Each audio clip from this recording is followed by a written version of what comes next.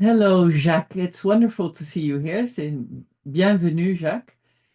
Uh, as you know, we are recording a podcast with friends and colleagues and ex-clients whom I love and respect to celebrate the 40 years of Intact Academy. At Intact Academy, we give accredited EMCC training in TA in organizations and coaching. So bienvenue, Jacques. On se connaît pendant très longtemps. Mhm. Oui, On a commencé ensemble dans le groupe de Nelly Michel. oui, c'est Mais vrai. pour les gens qui ne te connaissent pas, peut-être tu peux dire quelque chose sur toi. Oui. Qui es-tu aujourd'hui? Écoute, ben d'abord, merci de m'inviter. Je suis très honoré que tu m'invites. Et c'est vrai que nous nous connaissons depuis longtemps. Nous ne sommes pas très proches puisque nous ne vivons pas dans la même région d'Europe, mais nous nous voyons régulièrement et c'est toujours un bonheur de te voir. Hmm. Hein. Alors, je vais dire un petit mot de moi. D'abord, pardon de ne pas parler en anglais, mais mon anglais n'est pas suffisamment fluent pour que je m'exprime avec facilité. Donc, je suis donc Jacques Moreau. Euh, Aujourd'hui, mon travail consiste à former des collègues et à transmettre l'expérience que j'ai pu acquérir pendant plus de 40 ans dans des interventions dans les organisations de tout type. Voilà, je pense avoir acquis une expérience des, des organisations les plus variées, des très très grandes aux toutes petites, de celles qui sont marchandes ou non marchandes. Donc je suis devenu une espèce de consultant tout-terrain pour les organisations. Et j'adore les organisations parce que, évidemment, ça parle des personnes, mais surtout ça parle des personnes dans leur contexte. Et je pense que Mhm. c'est ça qui est au fond le plus important, c'est de bien comprendre le contexte dans lequel on travaille d'appuyer les personnes pour qu'elles travaillent dans ce contexte-là. Voilà Mhm. ce que je peux dire brièvement. Et puis après, je peux dire à titre personnel, voilà, je suis français, je vis dans la région de Bordeaux, euh, qui est bien connue naturellement pour ses monuments et peut-être aussi pour les liquides que nous produisons. Le vin, Voilà. c'est ça. Bon, le thème en général dans ces podcasts, c'est sur le thème des changements des entreprises, des systèmes, des personnes. Et je sais que tu as développé un regard particulier sur l'approche tensionnelle. Tu en as écrit aussi dans le livre Hmm, qu'on a fait ensemble, On the c'est Edge. c'est Euh, vrai. mais peut-être, est-ce que tu peux en dire plus? Oui. Euh, quand on parle de changement, tous les acteurs, qu'ils soient des managers, des dirigeants, des consultants ou des intervenants, nous savons bien que le changement est souvent basé sur des croyances, c'est-à-dire que ce qui empêche le changement, ou d'ailleurs ce qui le facilite, ce sont les croyances que nous avons, que ce soit des croyances individuelles ou des croyances collectives. Et parmi les croyances que nous avons, il y a la croyance de comment il faut intervenir. Comment est-ce qu'on doit faire pour intervenir? Et moi, j'ai repéré que ces croyances sous-jacentes des intervenants, en tous les cas, étaient vraiment intéressantes parce qu'elles orientent la manière de travailler. Je vais donner quelques exemples. Par exemple, Berne, puisque nous avons celui-là en commun, il avait une approche médico-psychologique. C'est-à-dire que ce qu'on recherche, c'est ce qui est sain et ce qui est malsain. On recherche la pathologie. Par exemple, on parle de la pathologie des états du moi. Et quand il s'agit d'un système, on pourrait parler aussi de la pathologie. Alors c'est vrai que ça existe, même si ce n'est pas la loi du genre, mais la pathologie, ça existe. Et ça, c'est un regard. C'est une manière de voir les choses. Alors il y a une autre manière de voir les choses, c'est moi j'appelle l'approche relationnelle. C'est-à-dire, on recherche ce qui est harmonieux et ce qui est disharmonieux. Mhm. Voilà. Et effectivement, c'est aussi une approche vraiment intéressante dans un groupe, quand on intervient dans un groupe. Et puis, une approche que moi j'aime bien, parce que à la base, je suis un ingénieur, c'est l'approche de qu'est-ce qui marche bien ou qu'est-ce qui marche pas bien. Qu'est-ce qui fonctionne ou qu'est-ce qui fonctionne pas bien. Donc, c'est une approche un peu mécaniste, Mhm. mais en même temps, ça marche aussi. C'est aussi une façon de regarder les choses dans les Ouais. organisations. Ouais. Et, et puis, je sais pas, on pourrait aussi regarder une approche énergétique. C'est qu'est-ce qui bloque, qu'est-ce qui débloque. Mhm. Tu vois, qu'est-ce qu'on peut faire pour débloquer? On peut regarder les approches corporelles. Tu vois, par exemple, travailler sur. Alors, on voit bien pour une personne, mais le corps social aussi, il a des affects. On voit bien Mhm. comment un certain nombre d'affects traversent les corps sociaux. Euh, Ouais. j'ai cet exemple en tête qui est euh, le côté. En France, on a organisé les Jeux Olympiques l'année dernière, et alors le corps social était très défensif. On va pas y arriver, il va y avoir des attentats, ça va être très dur, enfin, etc. Mhm. Tout ça, c'est complètement fou. Et en réalité, ça s'est transformé par une espèce de fête. Et puis, la France a gagné plein de médailles. Et c'était juste le corps social a changé. Voilà. Ouais. Alors, on peut encore regarder des approches informationnelles. Comme tu le sais, nous le savons tous, c'est on peut mettre des informations dans un système et ces informations vont transformer petit à petit le système. Donc, tu vois, c'est des manières extrêmement diverses, Mhm. complémentaires de fonctionner. Et moi, j'en ai découvert une autre. Alors, c'est pas moi qui l'ai inventé, hein, c'est juste que j'ai mis ça en évidence, c'est les tensions qui existent dans un groupe. Et Mhm. en fait, de ce que l'on peut voir, bah, il y a plein de tensions dans un groupe. Par Mhm. exemple, les tensions entre mes intérêts personnels et l'intérêt du système, les Ouais. tensions entre mes désirs et mes valeurs, les Mhm. tensions entre une organisation et une culture. Mhm. Et au fond, mon approche, c'est celle-là, c'est de regarder quelles sont les tensions dans un système et comment on va travailler ces tensions. C'est-à-dire, au fond, comment on va s'asseoir pour regarder la tension, on dit ça en anglais, je crois, de s'asseoir avec la tension. Et puis, en fait, qu'est-ce que c'est une tension? C'est simplement un équilibre à un moment donné. Et par rapport à cet équilibre à un moment donné, eh bien, il y a quelque chose à l'extérieur ou à l'intérieur qui déséquilibre et pour lequel on peut rien. Par exemple, nous, en France, demain, on va avoir plus de Premier ministre. Alors, il y a quelque chose qui est Ah bon? déséquilibré. Oui, oui. OK. Bon, et, et alors, le déséquilibre, alors, qu'est-ce que le système, il a besoin de se remettre dans une nouvelle tension. Et là, Mhm. nous autres, alors, je parle d'analyse transactionnelle, mais nous autres, les intervenants, ben, c'est ça notre travail, d'aider les systèmes et les personnes à retrouver un nouvel état d'équilibre. OK. Voilà. Est-ce que tu penses que cette déséquilibre est fonctionnel aussi? Oui, ben, il est fonctionnel dans le sens où c'est une étape intermédiaire qui permet de mettre en évidence la nécessité de transformation. Donc, c'est quelque chose d'utile. C'est Ouais. souvent désagréable parce que les tensions et les déséquilibres vont provoquer de la souffrance chez les personnes Mhm. et même dans les systèmes.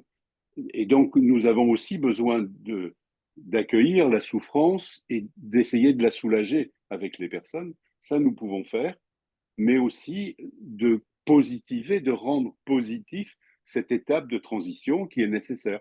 Comme par exemple, bah, l'adolescence pour une personne humaine, c'est pas agréable, c'est même extrêmement désagréable, mais en même temps, on a besoin de cette période de transition pour devenir une personne adulte. Voilà. Mhm. OK. Est-ce que tu peux donner un exemple de comment tu travailles? Parce que un client t'appelle, Oui, ils disent tout le monde est en train d'être en conflit, oui, on a perdu notre place dans le marché, bla bla bla bla bla. oui, Mais oui. comment est-ce que tu travailles avec cette approche tensionnelle? Alors, oui, ça c'est une bonne question. Euh, la première chose que je fais pour moi, c'est de créer ce qu'on pourrait appeler en psychanalyse un espace transitionnel Mhm. et que moi j'appelle une bulle de Hawkins. OK. La bulle de Hawkins, c'est un endroit, un espace, c'est un moment où en fait on va pouvoir justement parler des tensions. Le problème, c'est que dans les organisations, dans les entreprises, dans les systèmes, on ne prend pas le temps de, de s'asseoir avec l'attention et de s'asseoir. Et donc, si, on va trouver des solutions, on va essayer d'imposer des solutions ou de mettre des solutions par le côté, mais ça, c'est pas des bonnes façons, on n'y arrive pas, ça crée des jeux de pouvoir, ça crée des frustrations. Donc, ma première chose que je fais, je travaille avec les gens concernés, bien sûr, ça peut être 3 personnes ou ça peut être 500 personnes, peu importe. Et on crée des espaces transitionnels qui vont permettre de justement d'exprimer ce qui se passe. Et j'aide les personnes alors à le rationaliser, à le nommer, et à partir de là, on va regarder quelles sont les tensions qui traversent le système, quelles sont les tensions qui traversent les personnes, quelles sont les tensions qui traversent les relations, Mhm, quelles sont les tensions qui traversent l'organisation même du système, mhm, quelles sont les tensions qui traversent le système culturel du système, quelles sont les tensions qui traversent, je dirais, le niveau de conscience individuel et collectif, quelles sont les tensions qui traversent, on pourrait dire, la stratégie de survie, mhm. et quelles sont les tensions qui traversent le management de l'ensemble. Et une fois qu'on OK. a posé ça, alors je leur dis, ben voilà, on commence par quoi? Et alors, les personnes, tu vois, moi je pars du principe que les systèmes ont une capacité d'autorégulation et de construction de solutions. Et donc, mon travail, c'est d'appuyer ça dans un cadre prévu pour ça. Donc, c'est Mhm. eux qui décident là où ils veulent travailler, et moi, je fais confiance à la capacité de résilience et d'auto-guérison ou d'auto-régulation des systèmes. Tu ne penses pas qu'il y a une prioritation, je pense que c'est français, dans ces tensions? Qui a des priorités, tu veux dire? Oui, est-ce qu'il Oui, y a oui, tu dois commencer entre le leader et l'environnement, ou le leader et les membres, ou est-ce qu'il y a une priorité? Bon, une je vais le priorité, dire comme bravo. ça. Oui, alors, oui, et c'est jamais la même. OK. C'est jamais la même. C'est-à-dire, moi, j'ai essayé de trouver, au début, j'ai trouvé qu'il fallait d'abord commencer par le côté organisationnel et tout ce qui était visible, tu sais, tout ce qui était facile pour les gens. Alors, parfois, c'est vrai, parce que c'est Mhm. plus facile. Par exemple, parler du travail, parler de l'organisation du travail, les gens sont très ouverts à ça. C'est parce que c'est facile, c'est leur courant. Et quand tu penses transformer, est-ce qu'on pourrait pas avoir 5 équipes au lieu de 4? Bon, tu vois, c'est des choses, c'est assez facile. Sauf que ben, ce n'est pas toujours le cas. Moi, ce que j'ai observé parfois, c'est qu'on peut rentrer directement par la culture, parce que c'est OK. là où il y a le plus de souffrance, ou rentrer directement, y compris par les croyances individuelles. Donc, je n'ai pas, et je n'ai pas de cartographie précise. En fait, pour moi, notre travail, c'est un travail clinique. C'est-à-dire, Mhm. bah, à chaque fois, c'est un peu différent. Même s'il y a des invariants, l'invariant, ça pourrait être de commencer par ce qui est visible, mais c'est pas toujours le cas. Il y a des exceptions et je ne sais pas pourquoi il y a des exceptions. OK. Et Voilà. quelle sorte d'intervention est-ce tu dis, OK, où est-ce qu'on va commencer, mais après ça, le dialogue est quoi? Alors, où est-ce qu'on va commencer? Et après, pour moi, c'est d'intervenir, enfin, que les gens travaillent avec des intervenants ou sans intervenants d'ailleurs. Il n'y a pas besoin toujours d'intervenants. Mais par exemple, sur en quoi est-ce qu'une évolution met des personnes dans une impasse? Travailler sur les impasses pour les personnes. Sur la relation, par exemple, c'est de travailler sur quelle est la règle sous-jacente qui régit la relation. Mhm. Tu vois? Pour l'organisation, bah, tu connais très bien ça.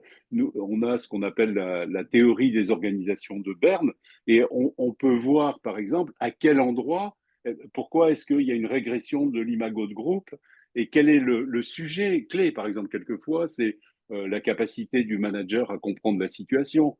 Quelquefois, c'est les critères, les standards qui sont plus adaptés à la réalité. On va travailler là-dessus. Par rapport à la culture, C'est est-ce que les croyances collectives que nous avons, elles sont adaptées pour le système. Et donc, par exemple, moi, je travaille toujours sur qu'est-ce qu'on ne doit pas changer. Non pas qu'est-ce qu'on doit changer, mais qu'est-ce qu'on ne doit pas changer. Mhm. Voilà. Tu vois, on va travailler comme ça, c'est-à-dire on va travailler à chaque fois et donc avec des approches qui sont différentes, avec des outils différents et avec des consultants qui ont des spécialités différentes. Par exemple, quelqu'un qui est un bon coach de personnes, il sait pas forcément faire le travail avec une organisation ou avec une culture.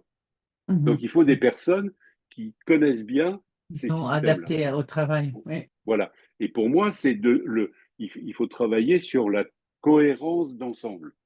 Pour Mhm. moi, c'est ça, la cohérence d'ensemble. Faire travailler des gens qui ont des cadres de référence différents ensemble sur un objectif. Wow. Wow. Et quelle sorte de solution est-ce qu'ils trouvent? Parce que si j'écoute bien, toi, Oui, tu fais une facilitation du ouais, processus de ouais, ouais, dialogue, vraiment. oui. What is the right thing to do here? Qu'est-ce qu'on doit faire ici pour remettre Oui, ce système en balance, en cohésion? oui. Quelle sorte de solution est-ce qu'ils trouvent? Ah, euh, Disons qu'il y a beaucoup de tensions entre le leader et les membres. oui. Je vais donner un exemple concret, ça sera plus Yeah, facile. yeah. C'est une entreprise familiale. Alors, il y a deux frères, deux sœurs qui dirigent l'entreprise, et derrière, il y a le papa. Mhm, Et le papa, il dit, je vous transmets mon entreprise. En même temps, il est toujours là derrière. Et dès que ça va pas, dès qu'il y a un chiffre qui baisse, hop, il arrive. Voilà. mhm, Et du coup, ce qui se passe dans ce système, c'est que comment dirais-je, les enfants, en fait, sont décrédibilisés. C'est-à-dire, ils n'arrivent pas à prendre leur place. Et là-bas, il y a le papa tout-puissant. Et le problème, c'est que le papa tout-puissant, ben, il a réussi à développer une entreprise, tu vois, et ça marche pas. Bon, alors, on part de ça. Et alors, et comment on commence à travailler. Et en fait, on s'aperçoit que juste avant que nous on arrive, l'équipe on arrive, alors ils ont eu un consultant qui est venu travailler avec eux et il a escroqué la famille d'une très grosse somme d'argent. wow. Waouh! Et puis on remonte un peu et on s'aperçoit que à chaque fois, il y a eu des gens qui sont venus et qui ont abusé du système. Et ça, Mhm, depuis le début. mhm, Et alors, tu vois, comme si la croyance de base, c'était on ne peut pas travailler tout seul, il nous faut des gens de l'extérieur, mais à chaque fois que des gens de l'extérieur viennent, ils nous escroquent. yes, Voilà. Et ils n'avaient pas pris conscience de ça. Et mhm, donc, ce qu'on a fait, tu vois, ça a été très simple. Le système a trouvé lui-même sa manière de faire. C'était, en fait, il s'agissait simplement d'arrêter de faire tout le temps appel à l'extérieur. C'était juste ça. Et à partir du moment où ils ont pris conscience de ça, eh bien ces quatre frères et sœurs, eh ben, ça a été, ils ont fait les choses par eux-mêmes. Et du coup, maintenant, le papa, il est en retraite et il ne vient plus tout le temps. Voilà. Tu vois, c'est un exemple très oui, mais concret. c'est un peu un paradoxe parce que toi, tu étais là. Tu, Oui, tu es exact, venu de exact. l'extérieur. Et alors, tu sais, je vais te raconter. En fait, le piège que moi j'avais, c'était ça. Alors, ce qu'ils voulaient, quand ils m'ont demandé, j'étais là, et alors ils m'ont demandé, il fallait conduire le processus de changement, il fallait identifier tout ça, et en plus, ils voulaient que moi, je les coach individuellement, tous les quatre, Oui, et en plus que j'accompagne les cadres, tu vois. Et évidemment, tu vois, ça mettait tout ça, c'était un mélange, et ce yeah, mélange, ça facilitait l'emprise de gens extérieurs, et c'est comme ça qu'ils se faisaient escroquer. Et donc j'ai refusé. J'ai ouais. dit, bah non, tu vas pas avoir du coaching avec moi. Moi, je vais travailler moi, j'ai travaillé juste avec le comité de direction, avec les quatre enfants. J'ai fait que ça. Et puis après, je les ai envoyés chez des coachs, je les ai envoyés chez des gens qui avaient une spécialité logistique, etc. Et en fait, ils se sont aperçus que quand ils faisaient ça, ça mettait des frontières claires à un Yeah. endroit où, eux, les frontières étaient complètement enchevêtrées. En fait, Wow. c'est des processus de symbiose. Et c'est ça qu'on a fait. Bravo d'avoir repéré, mais ça ne m'étonne pas de toi, qu'il y avait un paradoxe à cet endroit-là. Et j'étais, moi, dans le paradoxe, puisque si je Ouais. voulais les aider, il fallait bien que je ne prenne pas tout ça, quoi, parce que Ouais. c'est ça qu'ils demandaient, quoi. Ils Ouais. demandaient un papa, en fait. Ouais. Je Ah, comprends. Ah, c'est brillant nous deux, on a des routes différentes, mais les oui, interventions, yeah, on pourrait faire la même chose. Bon, oui, je suis sûr de ça. yeah. Et, on est à la fin de notre temps, mais je veux te demander quand même, il y a beaucoup de jeunes gens qui veulent faire ce que nous faisons. Est-ce que tu as des avis? euh, des choses que toi tu as appris, que tu voulais que quelqu'un te l'avait dit plus tôt. Ah oui. Alors, moi, j'aurais aimé qu'on me dise plutôt que c'est vraiment important de travailler sur soi, de Mhm, travailler sur nos propres croyances. Parce que mhm, je me suis aperçu très vite que c'était mes propres croyances qui me limitaient, qui m'empêchaient de trouver des solutions. Ça, c'est la première chose. Si j'ai juste un conseil à donner, c'est celui-là. C'est de travailler sur toi. Même si tu te sens pas bien, même si tout va bien dans ta vie, etc., va regarder c'est quoi tes croyances. Hein. Et croyances sur intervention, des croyances sur les entreprises, des croyances sur les managers, sur les chefs. Voilà. La première chose, c'est ça. Voilà. Après, la deuxième chose, euh, c'est une question qu'on peut se poser, c'est comment je construis ma légitimité dans le monde social. Chacun d'entre nous, on a des talents, on a euh, on a des points forts et chaque personne a des points forts. C'est pas les mêmes, hein, mais on a tous des points forts. La question, c'est comment on les rend légitimes dans le monde social. Et cette question-là, on doit se la poser. Et comment est-ce que je vais être légitime? Et à quel endroit je suis légitime? Ça, c'est un point euh, majeur pour moi. Voilà. Et puis, c'est faire fleurir son identité. hmm, C'est-à-dire, l'identité, c'est quelque chose de précieux.